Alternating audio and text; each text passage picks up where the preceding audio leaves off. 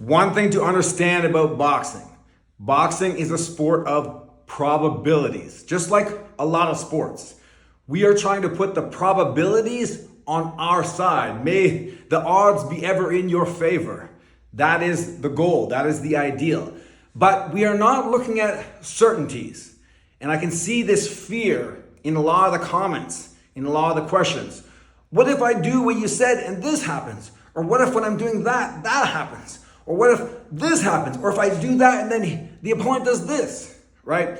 And understand that all of this can happen. There is always risk involved. So what you have to ask yourself is executing that technique putting the probabilities in your favor? Are you less likely to get hit if you are moving your head? Or are you less likely to get hit keeping your head still? Are you better off throwing a hook this way? Is it worth it to get a more effective hook, even though somebody might time you just perfectly? There is always the possibility. And you have to understand, are you putting probabilities in your favor?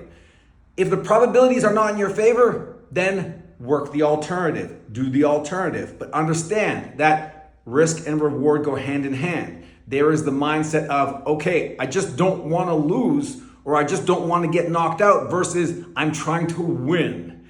And when you try to win, you take more risk to try to get that win. You've all seen the fighter for 12 rounds just cover up and just not lose, not get knocked out. So it goes both ways with what you're trying to do.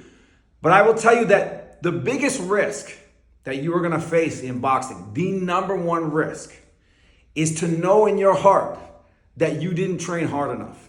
To know that you didn't give it your all when you could have. And that doesn't necessarily mean just in intensity. It could mean you're neglecting your defense, neglecting your footwork, neglecting your head movement, neglecting something. You didn't do enough sparring. You packed up your bag and went home early. You could have done more rounds.